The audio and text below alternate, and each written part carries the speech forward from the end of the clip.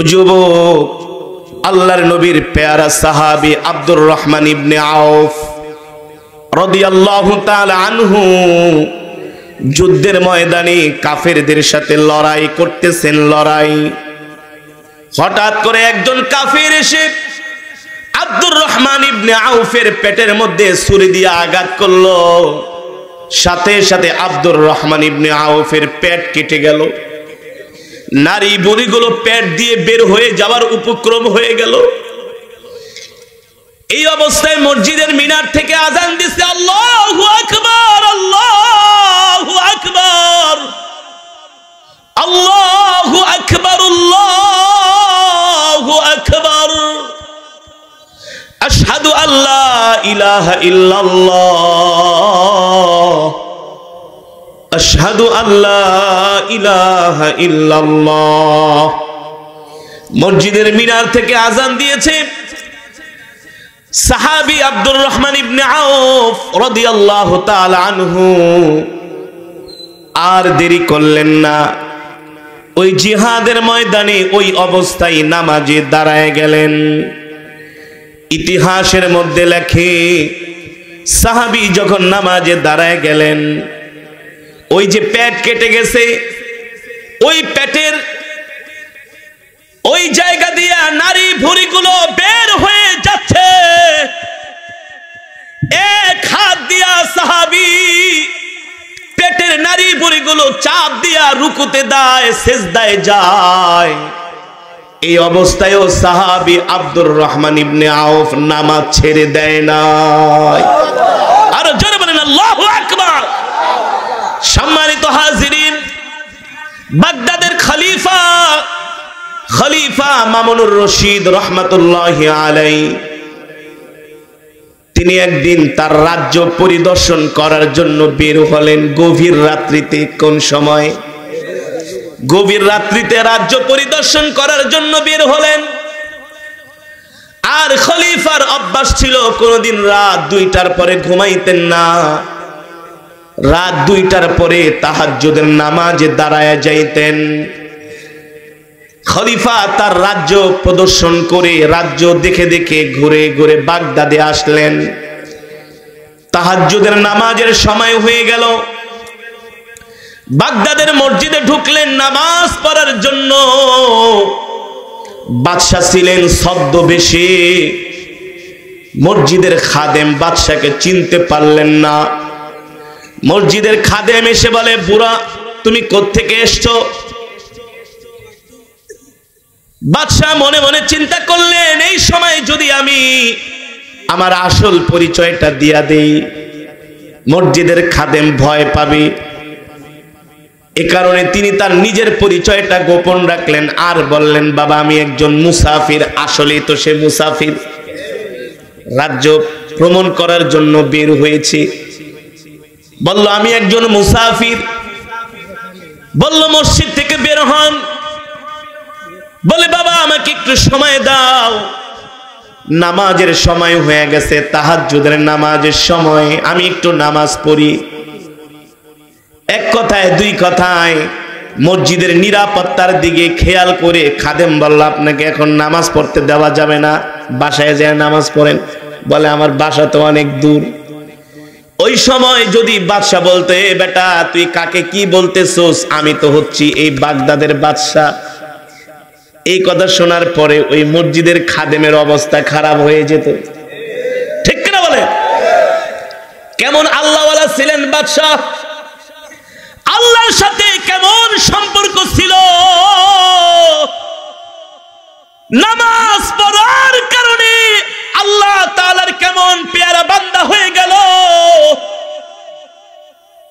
তাহাজ্জুদের নামাজের সময় হয়ে গেছে, বাড়িতে যেতে মন চায় না, মন চায় আগে রব্বে কারিমের কদমে সেজদা দেই। ও যুবক, খোদার কসম করে বলি, তুমি আমি যদি আল্লাহর সাথে সম্পর্ক করার মতো করতে পারি, তুমি আল্লাহর কদমে যখন সেজদা দিবা, সেজদার মধ্যে এত মজা লাগবে, এত মজা লাগবে, দুনিয়ার কোন চিজ আসবাবের ভিতরে এত মজা লাগবে না। ঠিক কিনা বলেন? নামাজ আল্লাহ তাআলার এমন এক হুকুম,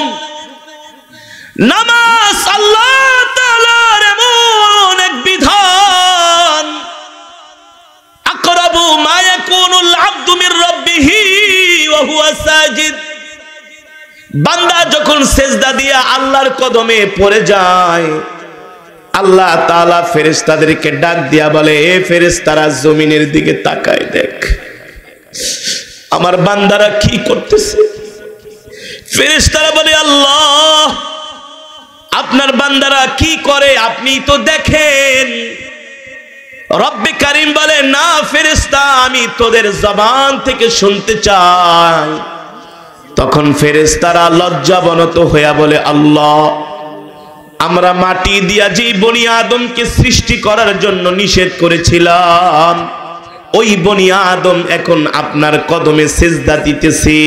এই কথা বলার পরে আল্লাহ তাআলা হাসি দিয়া বলে, ফেরেশতারা তোরা সাক্ষী রাখ, আমার যে বান্দা আমার কদমে সিজদা দিতেছে, এই সিজদা দেওয়ার কারণে আমি আল্লাহ তাদের গুনাহগুলো মাফ করে দিলাম। আল্লাহু আকবার। বান্দা যখন আল্লাহর কদমে সিজদা দেয়, সারা পৃথিবী যদি এক পাল্লায় দেওয়া হয়, আর একটা মুমিন বান্দার সিজদা যদি এক পাল্লায় দেওয়া হয়, আল্লাহর নবী বলেন সারা পৃথিবী চিজ আসবাবের চাইতে, জান্নাতের চাইতেও আল্লাহর কাছে বান্দার সিজদার পাল্লাটা ভারী হয়ে যায়। সিজদা সিজদা এই 3.5 হাতের 3.5 আঙ্গুলের কপালটা আল্লাহ শুধু আল্লাহর জন্য খাস করেছেন। অথচ দুঃখের বিষয় হলো, এই কপাল দিয়া এই সমাজের মধ্যে এমন মানুষ আছে আল্লাহকে সিজদা না দিয়া মাজারে যায়া সিজদা দেয়, বাবার কবরে সিজদা দেয়। আছে কি আছে না? এগুলো হারাম, এগুলো শিরক। আল্লাহ ছাড়া কারো পায়ে সিজদা দেওয়া যাবে না, যাবে না। চ্যালেঞ্জ করলাম, ঠিক কিনা বলেন? এই দেশে কিছু বন্ড পীর আছে, এগুলো হচ্ছে হারামজাদা। এগুলোর আমি কি বলি? এটি পীর জাদা না, এগুলো হারামজাদা। মহিলাদেরকে নিয়ে পায়ে সিজদা দেওয়ায়। এই 2 দিন আগে ফেসবুকে দেখলাম, ওটা নাকি পীর হাফ প্যান্ট একটা পরছে, বৃদ্ধ। দেখছেন? ওই মহিলা আইছে বাবারে ফুলের মালা দিতে, বাবা আর সহ্য করতে পারেনি, একেবারে মহিলার ধরে রাখছে, আর ছাড়ে না। এটি কি পীর? এগুলার জুতা দিয়া পিটাইতে হয়, জুতা। একেবারে কম দামে রূপসা স্যান্ডেল দিয়া, ঠিক কিনা বলেন? এই বেটা, সিজদা দিতে হবে আমার মালিককে, আমার আল্লাহকে, আর কাউকে সিজদা দেওয়া যাবে না, যাবে না, ঠিক কিনা বলেন? আমি ওয়াজ করতে গেছি সিলেটে। সিলেটে যখন ওয়াজে যাই, আমি সব সময় শাহজালাল মুজাদ্দিদি ইয়ামানি রহমতুল্লাহি আলাইহির মাকবারায় আমি যাই, অর্থাৎ শাহজালাল রহমতুল্লাহ আলাইহির মাজারে আমি যাই।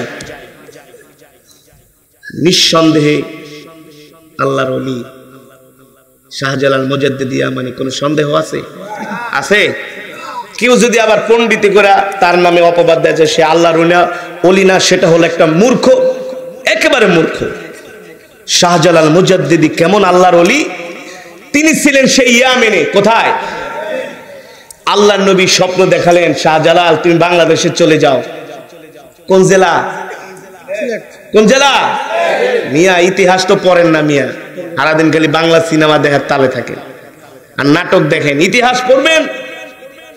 সিলেটে পাঠালেন, সিলেটে আসলেন, মাঝখানে বিশাল সুরমা নদী। কি নদী?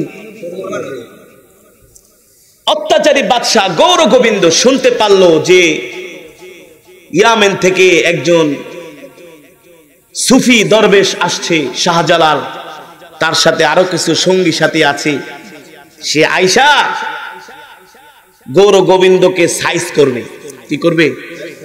সাইজ করবে। এই ভয়ে গৌর গোবিন্দ কি করলো?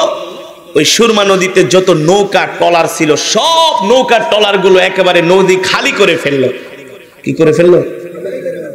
যাতে আসতে না পারে। একটু জবাব দিন, কি করে ফেললো? খালি করে ফেললো। এখন নদীর পারে আইসা দেখে নৌকা নাই, ট্রলার নাই, স্টিমার নাই, কলার ভেড়া নাই, কিভাবে পার হবে? কিন্তু শাহজালাল মুজাদ্দিদি ইয়ামানি, তার সাথে তো আল্লাহ তাআলার সম্পর্ক ছিল। সে তার খাদেমকে বলতেছে, এই এক লোটা পানি আনো। কি আনো? এক লোটা পানি দেয়া হলো। সুন্দর করে মিসওয়াক করে মুসাল্লা নিয়া নামাজে দাঁড়ায় গেল। কারণ আল্লাহ কোরআনে বলছেন, ইয়া আইয়ুহাল্লাযীনা আমানুস্তাঈনু বিস-সাবরি ওয়াস-সালাহ ইন্নাল্লাহা মা'আস-সাবিরিন। নবী দুনিয়ার মানুষদেরকে বলে দেন, তাদের যা কিছু দরকার সব কিছু তারা নামাজের মাধ্যমে আমার কাছে চাইবে। কার মাধ্যমে? কিসের মাধ্যমে চাইবে? কার কাছে? আরো যারা বলেন কার কাছে? আল্লাহ বলে, নবী আমার কাছে চাইতে বলেন, আমি আল্লাহ সব দিব। ওয়াদা করেছেন কি? আল্লাহ বলছে, বান্দা আমার কাছে নামাজের মাধ্যমে চাও। এখন আমরা নামাজ তো পড়ি না, নামাজ না পড়ে শুধু মানুষের কাছে চাই। আরে তুমি নামাজের মতো নামাজ পড়ো, নামাজি হও, 5 ওয়াক্ত নামাজি। দেখবা কোনো বিপদ আসার আগে তুমি সংকেত পাবা। কি আসার আগে? সংকেত পাবা। যখন আল্লাহ তাআলার সাথে নামাজের মাধ্যমে তোমার সম্পর্ক হয়ে যাবে, তখন তোমার জান মাল সবকিছুর দায়িত্ব আল্লাহ তার নিজ কুদরতে হাতে নিয়ে নিবে। ফাল্লাহু খায়রুন হাফিজা ওয়া হুয়া আরহামুর রাহিমিন। আল্লাহই হচ্ছেন উত্তম নিরাপত্তা দানকারী। ঠিক কিনা বলেন? শাহজালাল মুজাদ্দিদি আমানি নামাজে দাঁড়ায় গেলেন। এ যুবক, তোমাদেরকে কোনো কল্প কাহিনী শোনাচ্ছি না রে ভাই, বানায়া কোনো গল্প কোনো ঘটনা শোনাচ্ছি না। ইতিহাস লেখে শাহজালাল মুজাদ্দিদি আমানি রাহমাতুল্লাহি আলাইহি 2 রাকাত নামাজ পড়ে সিজদায় চলে গেলেন। আল্লাহর দরবারে সিজদা দিয়ে কান্নাকাটি করছেন, বলেন, মালিক আমি আপনার দ্বীন বিজয় করার জন্য এসেছি। আল্লাহ সামনে বিশাল সুরমা নদী, আমি এই নদী পার হব কিভাবে? নৌকাও নাই, স্টিমারও নাই, ট্রলারও নাই, পার হওয়ার জন্য কোনো ব্যবস্থা দেখছি না। কিন্তু আল্লাহ আপনার প্রতি আমার আস্থা বিশ্বাস হলো, আপনি যদি চান এই সুরমা নদী নৌকা ট্রলার ছাড়াও পার কইরা দিতে পারেন। কেমন ঈমান ছিল আল্লাহ তাআলার প্রতি! শাহজালাল মুজাদ্দিদি আমানির কানের মধ্যে ইলহামি আওয়াজ আসলো, শাহজালাল তুমি তোমার জায়নামাজটা নদীর মধ্যে বিছায় দাও। শাহজালাল মুজাদ্দিদি আমানি তার জায়নামাজটাকে নদীর মধ্যে বিছায় দিলেন। ওই জায়নামাজকে আল্লাহ নৌকা বানায়া সুরমা নদী পার করে দিলেন। আর জোরে বলেন আল্লাহু আকবার। ঠিক আল্লাহ নবীর দরবারে একজন সাহাবী আসছে, ওগো নবীজি আমার ঘরের মধ্যে খাবার নাই। পয়গম্বর বলল, যাও নামাজ পড়ো। আবার পরের দিন আসছে, ওগো নবী ঘরের মধ্যে তো খাবার দেখছি না, আসে নাই বলে আবার নামাজ পড়ো। তৃতীয় দিন আবার আসলো, এসে বলল, গো আল্লাহর নবী সালাসা মাররাত। তৃতীয়বার আবার এসে বলল, গো নবীজি ঘরের মধ্যে খাবার নাই, খাবার তো আসছে না। নবীজি বললেন, ধৈর্য হারা হয়ো না, ইন্নাল্লাহা মা'আস সাবিরিন, আল্লাহ তাআলা ধৈর্যশীলদের সাথে থাকেন। ও সাহাবী যাও যাও উত্তমভাবে নামাজ আদায় করো। ঠিক সাহাবী তৃতীয় দিন যে আবার ধৈর্যের সাথে নামাজ আদায় করলেন, আল্লাহ তাআলা ফেরেশতাদের মাধ্যমে ওই সাহাবীদের ঘরে খাবার পৌঁছে দিলেন। আল্লাহু আকবার। আল্লাহ পারে কি পারে না? জোরে বলেন পারে কি পারে না? ও মুসলমান, আমার নবী বদরের যুদ্ধ করার জন্য বদরের প্রান্তরে গেলেন। কাফেরের সংখ্যা হলো 1000 আর মুসলমানের সংখ্যা মাত্র 300। কতজন?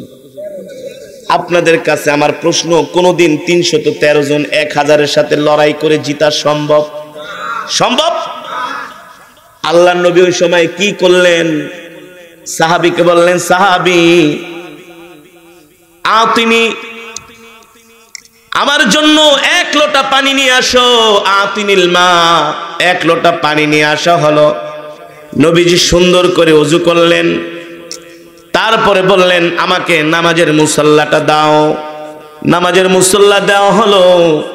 ওই বদরের প্রান্তরে নবীজি মুসল্লার মধ্যে নামাজে দাঁড়ায় গেলেন। 2 রাকাত নামাজ পড়লেন। নামাজ শেষ করে আল্লাহর কদমে সেজদা দিলেন আর বললেন, মালিক, মাত্র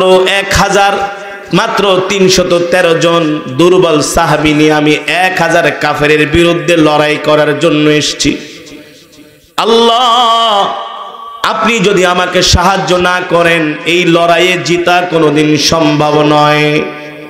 আল্লাহর পয়গম্বর সেজদা দিয়া আল্লাহর কাছে সাহায্য চাইলেন নামাজের মাধ্যমে। আল্লাহ জিব্রাইলকে পাঠিয়ে দিলেন, ও জিব্রাইল, যাও যাও যাও, আমার বন্ধু নামাজের মাধ্যমে আমার কাছে সাহায্য চেয়েছে, আমি আল্লাহ আমার বন্ধুকে ফিরাইয়া দিব না। বালা ইন তাসবিরু ওয়া তাত্তাকু ওয়া ইয়াতুকুম মিন ফাওরিহিম হাযা ইউমদিদকুম রাব্বুকুম বিখামসাতি আলাফিম মিনাল মালাইকাতি মুসাওয়িমিন। জিবরাইল এসে বললেন, ওগো নবী, সেজদা উঠান, মাথা উঠান, আল্লাহ তাআলা আপনার জন্য সুসংবাদ পাঠিয়েছেন। ভাই জিবরাইল, আল্লাহ আমার জন্য কি সুসংবাদ পাঠিয়েছেন? ওগো রাহমাতুল লিল আলামিন, আপনি নামাজের মাধ্যমে আল্লাহর কাছে সাহায্য প্রার্থনা করেছেন, আল্লাহ তাআলা আপনাকে সুসংবাদ দিয়েছেন এই বদরের যুদ্ধে আপনাকে বিজয় দেওয়ার জন্য আল্লাহ আসমান থেকে আপনাকে 5000 ফেরেশতা দিয়ে সাহায্য করবে। কয় হাজার? এই জায়গায় আমার নবী নামাজের মাধ্যমে আল্লাহর কাছে সাহায্য চেয়েছেন, ঠিক কিনা বলেন? কিসের মাধ্যমে? আমরাও যখন কোনো বিপদ আপদ বালা মুসিবতে পড়ে যাব, সর্বপ্রথম আমরা নামাজ আদায় করব, পেরেশান হব না। যত বড় বিপদের কথা শুনেন না কেন, মন ঘাবড়াবেন না, হতাশ হবেন না। রাজি আছেন? কথা বলেন না, রাজি আছেন? এখন তো মানুষ বিপদের কথা শুনলে শুরু করে, ওরে বাবারে, ওরে মারে, গেছে গা, খায়া গেছে, লয়ে গেছে। মা বোনরা আরো বেশি হতাশ হয়ে যায়। কি হয়ে যায়? কিন্তু যারা মুমিন তারা হতাশ হয় না, তারা ভরসা করে কার উপর? আল্লাহ মা'আস সাবিরিন, আল্লাহ তাআলার উপরে ভরসা করে মুমিন যতই বিপদে পড়ুক না কেন আল্লাহর কদমে সেজদা দিয়া বলে, মালিক, আপনি যদি আমাকে এই বিপদ থেকে উদ্ধার করেন, পৃথিবীর এমন কোনো ক্ষমতা নাই আমাকে বিপদে পতিত করবে। আর আপনি যদি আমাকে বিপদের মধ্যে ফালান, পৃথিবীর এমন কোনো শক্তি নাই আমাকে বাঁচাবে, ঠিক কিনা বলেন?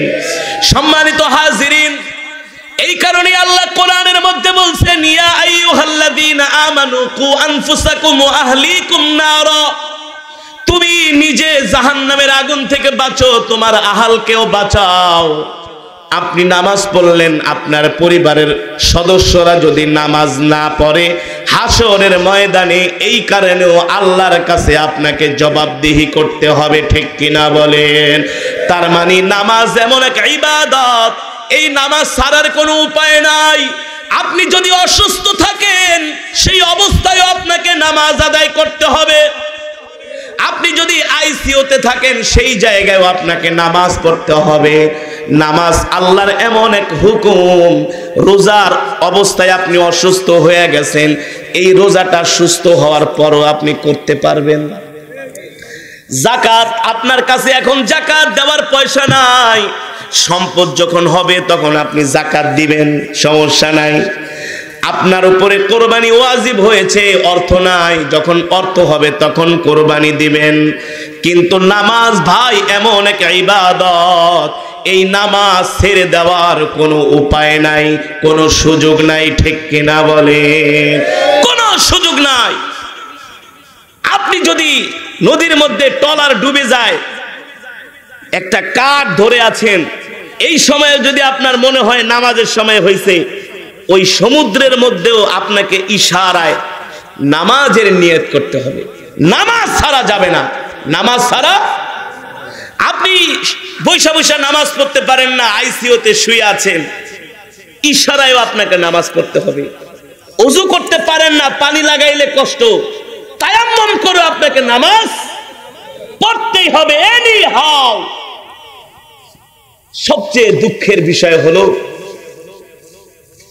মুসলমান সব কাজ করতে চায়, সব আমলে কিছু কিছু, কুরবানির সময় হাওলাত করে হইলো বড় একটা গরু আনে, গোস্ত খাওয়া যাবে, রোজা রাখে না, ইফতারিটা ঠিকই করে, কথা বলেন, তারপরে কষ্ট মষ্ট করে 30টার জায়গায় 10টা রোজা রাখে,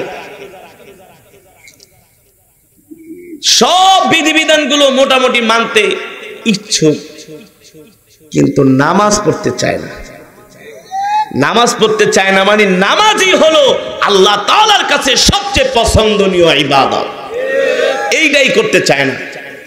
ইন্তেকালের পরে সর্বপ্রথম দেখা হবে আমলনামার ভিতরে কয়টা মসজিদ বানাইছো, কয়টা মাদ্রাসা করছো, কয়টা গরু কোরবানি দিছো, কত কোটি টাকা যাকাত দিছো, এগুলো দেখা হবে। আগেই নামাজ, মাশাআল্লাহ, আগেই কি, আরো জোরে বলুন, আগেই কি, আগেই দেখা হবে নামাজ। তো আমরা আজকের মাহফিল থেকে ওয়াদা করব, আজকের পর থেকে আর কোনোদিন নামাজ ছেড়ে দিব না। কে কে রাজি আছেন হাত ওঠান, হাত সোজা করেন, সোজা করেন, সোজা করেন, সোজা করেন, এই হাত সোজা করেন, হাতগুলো লাড়ান, বলেন আল্লাহ আল্লাহ। ওয়াদা করলাম তোমরা নামাজ আদায় করো। এই হুকুম কার? আরো জোরে বলুন, এই হুকুম কার? এই হুকুম হলো আল্লাহর, এই বিধান হলো আল্লাহর। নামাজের কথা কোরআনের মধ্যে একবার দুইবার না, 3বার 4বার 5বার নয়। এই নামাজের কথা আল্লাহ তাআলা কোরআনের মধ্যে 82টা বার বলেছেন। কতবার? আরো জোরে বলুন, কতবার? নবীজির হাদিস আমার বানানো কথা নয় রে বাবা। আল্লাহর নবী বলছেন, মান তারাকা সালাতান মুতাআম্মিদান ফাকাদ কাফারা। ইমানদার আর কাফেরের মাঝে পার্থক্য হলো নামাজ। আরো জোরে বলুন, কি? ইমানদার আর কাফের বেঈমানের মাঝে পার্থক্য হলো নামাজ। ইমানদার নামাজ পড়ে, মুমিন নামাজ পড়ে, আর কাফেরেরা নামাজ পড়ে না। ঠিক কিনা বলেন? আমি বলেছি এই সমাজের মধ্যে কিছু শয়তানের গোলাম আছে। কেমন করে তারা শয়তানের গোলামি করে? মসজিদের মিনার থেকে মুয়াজ্জিন আজান দেয়, হাইয়া আলাস সালাহ, হাইয়া আলাস সালাহ, নামাজের দিকে আসো, হাইয়া আলাল ফালাহ, কল্যাণের দিকে আসো। আল্লাহ তাআলা ডাকতেছেন, আস-সালাতু খায়রুম মিনান নাওম, ঘুম থেকে নামাজ উত্তম। আল্লাহ মুয়াজ্জিন সুরে সুরে ডাকতেছেন, আসো আসো আসো, নামাজের দিকে আসো, আল্লাহর ঘরে আসো, আল্লাহর কদমে এসে সিজদা দাও। কিন্তু দুঃখের বিষয় হলো যোহরের নামাজে মসজিদে মুসল্লি পাওয়া যায় না, আসরের নামাজে মসজিদে মুসল্লি পাওয়া যায় না, মাগরিবের নামাজে মসজিদে মুসল্লি পাওয়া যায় না, ইশারের নামাজে তো একেবারে করুণ অবস্থা, ফজরের নামাজে মুসল্লি একেবারেই নাই। কথা বলেন। অথচ শুক্রবারের দিন হলে কোনো মসজিদে জায়গা পাওয়া যায় না। যায় না? আমাদের ঢাকার শহরে এই অবস্থা, শুক্রবারে মসজিদে জায়গা পাওয়া যায় না। আপনাদের গ্রামের অবস্থা কি আমি জানি না, একই অবস্থা। তার মানে বেটা, আল্লাহ কি শুধু তোমার জন্য শুক্রবারের নামাজটাকে ফরজ করেছে, না এই 5 ওয়াক্ত নামাজও আল্লাহ ফরজ করেছেন? আরো জোরে বলুন। দিন রাত 24 ঘন্টার মধ্যে 5 ওয়াক্ত নামাজ পড়তে মাত্র 75 মিনিট সময় লাগে। কত মিনিট? কথাটা ভালো করে উত্তর দেন। এই মজমার মধ্যে এখনো অনেক মুসলমান আছে এশারের নামাজ পড়ে নাই, জীবনেও কোনোদিন ফজরের নামাজ পড়ে না। এই সমাজে এমনও মুসলমান আছে কোনোদিন মসজিদে যায় না। ঢাকা শহরের একজন নামকরা শিল্পপতি আমার খুব ভক্ত, আমাকে দাওয়াত দিয়ে নিছে তার অফিসে। বলে হুজুর আমি তো আপনার অনেক বড় একজন ভক্ত, আমি আপনাকে আমার অফিসে দাওয়াত দিয়ে আনছি। আমার হাতের মধ্যে একটা টাকার ভান্ডিল ধরায় দিছে, অনুমান করে বুঝতে পারলাম মোটা ধরনের একটা টাকা দিছে হাদিয়া। বলে হুজুর এটা আপনার হাদিয়া? আমি বললাম মাশাআল্লাহ হাদিয়া দিছেন, ভালো কথা। হাদিয়া দেওয়া নেওয়া কথা বলেন, হাদিয়া দেওয়া নেওয়া কি? একটু পরে বলে হুজুর আমি আপনাকে একটা কথা বলার জন্য আমি আমার অফিসে দাওয়াত দিয়েছি। কি কথা ভাই? বলে হুজুর আমি এত বড় ইন্ডাস্ট্রির মালিক, আমি অনেক বড় শিল্পপতি, ভিআইপি সিআইপি। আমি বলি এটা আমি জানি, তারপরে কি বলবেন? বলেন হুজুর নতুন করে আবার রাষ্ট্রের একটা দায়িত্ব পেয়েছি। আমি বলি সেটাও জানি। হুজুর এত দায়িত্ব পালন করার পরে, এত কাজ কর্ম করার পরে হুজুর আমি তো নামাজ পড়ার সময় পাই না। নাউজুবিল্লাহ। তাহলে কি করতে চান? বলো হুজুর আপনি আমাকে একটা ফতোয়া দেন, আমি যদি মসজিদ বানাই, এই বাংলাদেশে এমনও কোটিপতি আছে যাদের টাকা আছে, মসজিদ বানায় কিন্তু মসজিদে যায় নামাজ পড়ে না। আছে কি আছে না? টাকা আছে, টাকা দিয়ে মসজিদ বানাইছি, মসজিদে যাই। তাহলে আমার জন্য কোনো মাপ পাওয়ার কোনো সুযোগ আছে কিনা? আমি বললাম খোদার কসম করে বলি, আপনি একটা কেন 1 লক্ষ মসজিদও যদি বানান আর যদি নামাজ না পড়েন, এই মসজিদ বানায়া আপনার কোনো ফায়দা হবে না, আপনার কোনো উপকার হবে না। ঠিক কিনা বলি? আরে বেটা আল্লাহ কি গরিব নাকি তুই আল্লাহকে মসজিদ বানায় খুশি করবি? কথা বলেন। আল্লাহ তো ধনী। আমার মুখের কথা নয়, কোরআনের কথা। আল্লাহ বলছেন ওয়াল্লাহুল গনি ওয়া আনতুমুল ফুকারা। আল্লাহু আকবার। ওয়াল্লাহুল গনি ওয়া আনতুমুল ফুকারা। আল্লাহ বলে আমি ধনী আর তোরা সব ফকির। আমরা কি? আরে তুমি কত কোটি টাকার মালিক, কত হাজার কোটি টাকার মালিক, তুমি টাকা দিয়া মসজিদ বানাইবা, নামাজ পড়বা না, এই সমস্ত বাটপারি হবে না। সমাজে আছে কি আছে না? আমি বললাম ভাইজান আপনি যদি 5 ওয়াক্ত নামাজ ঠিক মতো আদায় না করেন, মসজিদ বানায় কোনো লাভ নাই। বলেন কি এত টাকা খরচ করলাম? আমি বলি কোনো লাভ নাই। আল্লাহ আপনাকে প্রথমত মসজিদ বানাইতে বলে নাই, আল্লাহ প্রথম বলেছে আপনাকে নামাজ পড়তে। আর রাসূলের হাদিস আউয়ালু মা ইউহাসাবু বিহিল আবদু ইয়াউমাল কিয়ামাতিস সালাহ, কিয়ামতের দিন সর্বপ্রথম আল্লাহ নামাজের হিসাব নিবে। খুব মন খারাপ করলো, কারণ মন মতো তো আর ফতোয়া দিতে পারি নাই। খুব রাগ করলো, পেঁচিয়ে ঠেচিয়ে ফতুয়াটা তার পক্ষে নেওয়ার চেষ্টা করলো। আমি বললাম ভাইজান আপনি রাগ করেন আর খুশি হন, আপনি যত টাকা মসজিদ মাদ্রাসায় এতিমখানায় দান করেন না কেন, আপনি যদি নামাজ না পড়েন, মক্কা শরীফের ইমামও যদি আপনার জন্য দোয়া করে, সেই দোয়া কবুল হবে না। নামাজ আল্লাহর এমন এক বিধান, এমন এক হুকুম। ঠিক কিনা বলেন? সাহাবায়ে কেরাম জিজ্ঞেস করলেন ওগো আল্লাহর নবী, আমরা কিভাবে আল্লাহর নিকটবর্তী হব? আমরা কিভাবে আল্লাহ তাআলার একেবারে নিকটে চলে যাব? সরকারে দো আলম, ইমামুল আম্বিয়া, সাইয়্যিদুল মুরসালিন, খাতামুন নবিয়্যিন, নবী দো জাহান, নবী রহমত, রহমাতুল লিল আলামিন বললেন সাহাবীরা আকরাবু মা ইয়াকুনুল আবদু মির রাব্বিহি ওয়া হুয়া সাজিদ।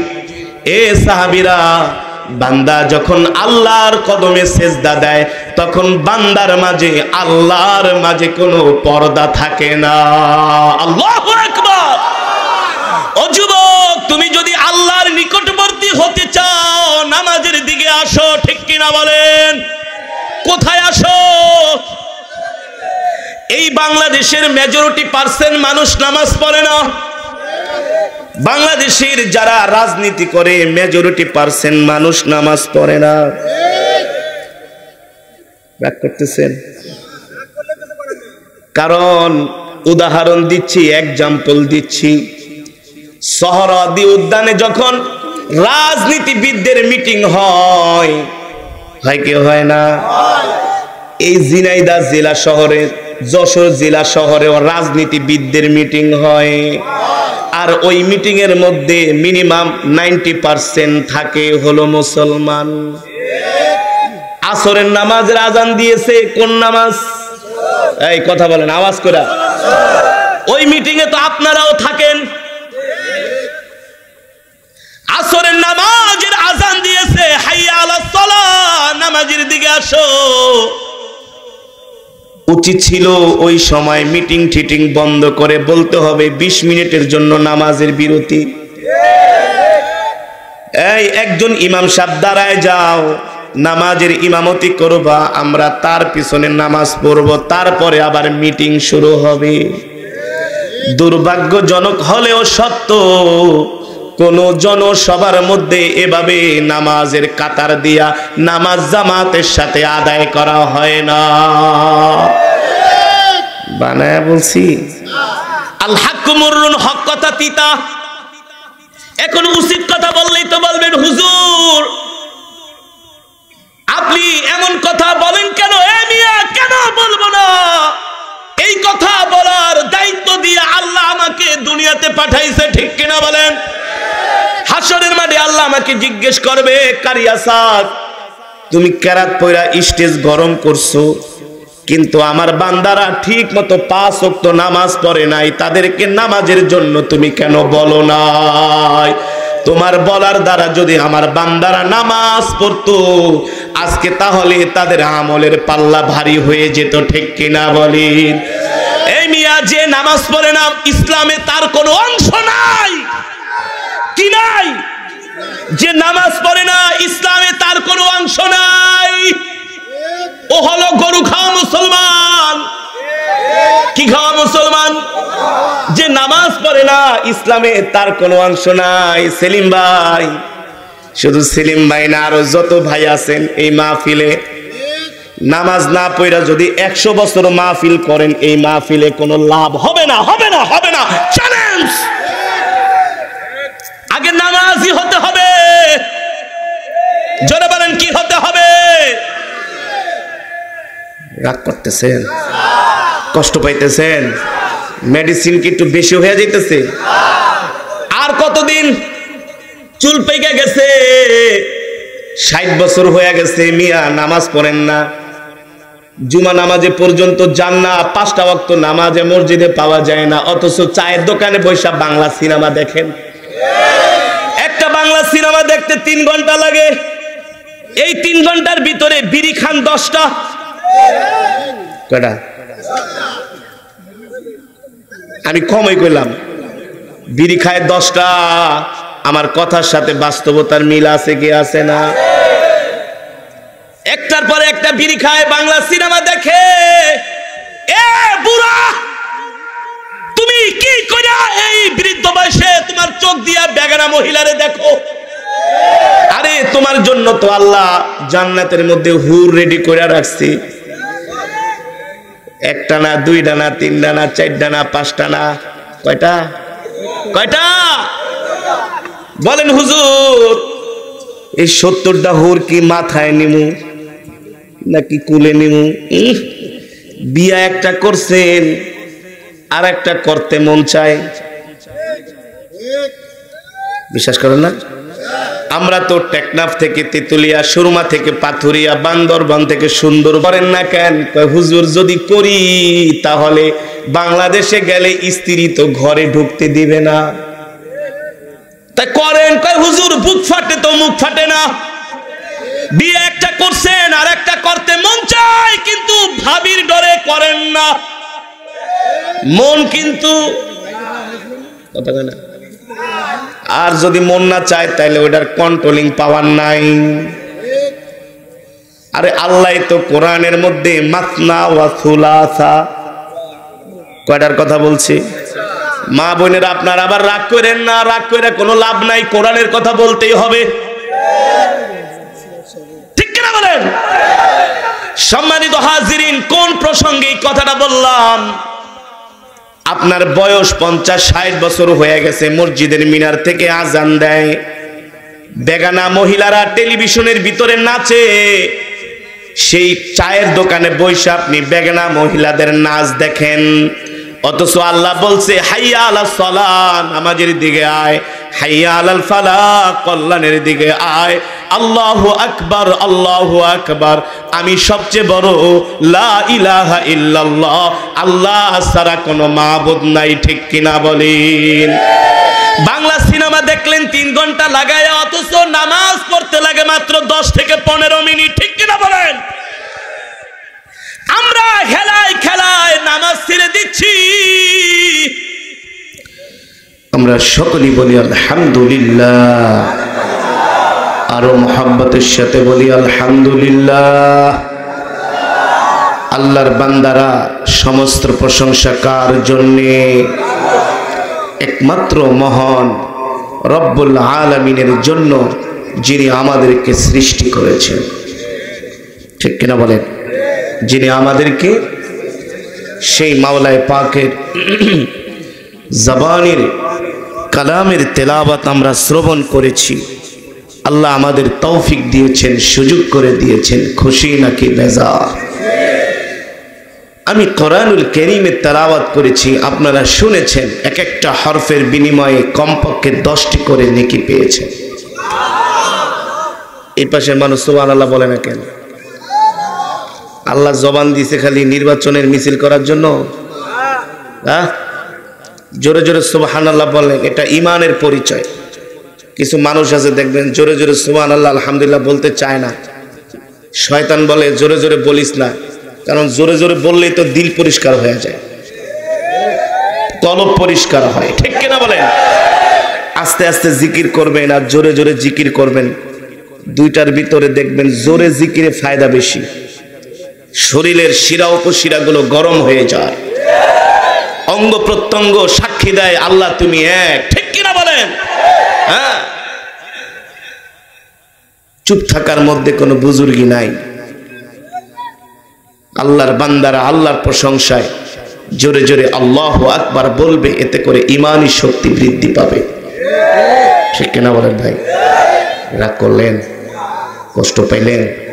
আরে কোরআনের মজমা, এখানে তো আমরা শিখতে এসেছি। আজকে আমরা সকলেই কোরআনের দর্শের ক্লাসের ছাত্র, ঠিক কিনা বলেন? আজকে আমরা সবাই কি, আমিও ছাত্র, আপনারাও ছাত্র।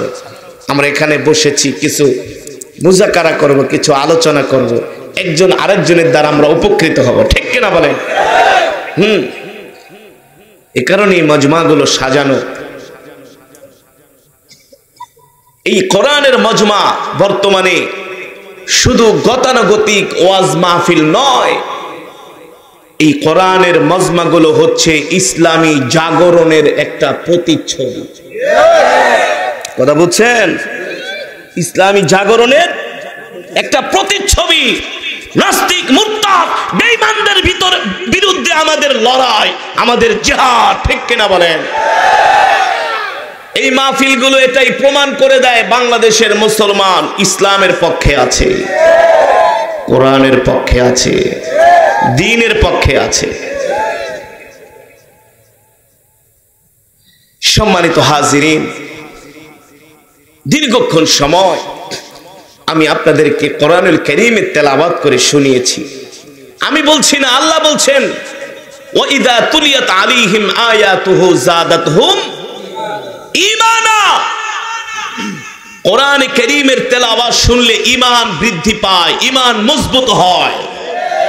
ঈমান মজবুত করার দরকার আছে কি আছে না? আমাদের ঈমান শূন্যের কোঠায় নেমে গিয়েছে, আমাদের ঈমান প্যারালাইসিস হয়ে গেছে। এ কারণে ইসলামের বিরুদ্ধে কথা বলে, দ্বীনের বিরুদ্ধে কথা বলে আমরা কোনো প্রতিবাদ করতে পারি না। আমাদের ঈমান দুর্বল হয়ে গেছে। সারা পৃথিবীর একই অবস্থা, সারা পৃথিবীর, শুধু বাংলাদেশ না, সারা পৃথিবীর একই অবস্থা। অথচ আমরা মুসলমান ছিলাম নেতৃত্ব দেওয়ার জাতি। কিসের জাতি? আরে আমরাই তো পৃথিবীর নেতৃত্ব দিব, আমরা পৃথিবীর নেতৃত্ব দেওয়ার জাতি। আমাদের আল্লাহ হলেন সর্বশক্তিমান, একচ্ছত্র ক্ষমতার মালিক। জোরে বলেন, আরো জোরে বলেন, আওয়াজ করে বলেন। পৃথিবীর শ্রেষ্ঠ কিতাব আমাদের কি? পৃথিবীর শ্রেষ্ঠ ঘর বাইতুল্লাহ কাদের? কথা বলেন, কাদের? পৃথিবীর শ্রেষ্ঠ নবী। সব দিক দিয়ে আমরা শ্রেষ্ঠ, সব দিক দিয়ে কি? তাহলে আমরা মাইর খাই কেন? তাহলে কি এই কথা বোঝা যায় যাদের কাছে কোরআন আছে তারা শুধু মাইর খাবে? যাদের পৃথিবীর সবচেয়ে দামি ঘর যাদের বাইতুল্লাহ, তারা মার খাবে? যাদের আল্লাহ হচ্ছেন পৃথিবীর সর্বময় ক্ষমতার মালিক, সেই আল্লাহর বান্দারা মার খাবে? যাদের নবী হচ্ছেন পৃথিবীর শ্রেষ্ঠ নবী, শ্রেষ্ঠ পয়গম্বর, তারা মার খাবে? এটা কি হতে পারে? পারে না। আমরা ইসলাম এবং দ্বীন থেকে, আল্লাহর গোলামি থেকে দূরে সরে গিয়েছি। এই কারণে আমরা মার খাচ্ছি। এই কারণে আমরা কি খাচ্ছি? আমি আপনাদের সামনে আজকে একটা মোস্ট ইম্পর্টেন্ট বিষয় নিয়ে মুখতাসার কিছু আলোচনা করব, যেটা বর্তমান সমাজের মধ্যে একেবারে 100% দরকার। বলবো সেই বিষয়টা হলো সালাত, সেই বিষয়টা হলো নামাজ। আমি যখন মাহফিলে যাই, যুবকরা এসে বলে, হুজুর এমন কেরাত পড়া পড়বেন একেবারে স্টেজ গরম করে ফেলাইবেন, হুজুর এমন টান দিবেন কলিজা ঠান্ডা করে ফেলবেন, হুজুর এমন টান দিবেন একেবারে মাইকে তার তোর সিরা ফেলাইবেন। এক মাহফিলে গেছি, হুজুর আজকে ইউনিট বেশি না, মাত্র 9টা কাটছে। কেরাতের টানে কয়টা? 9টা কাটছে।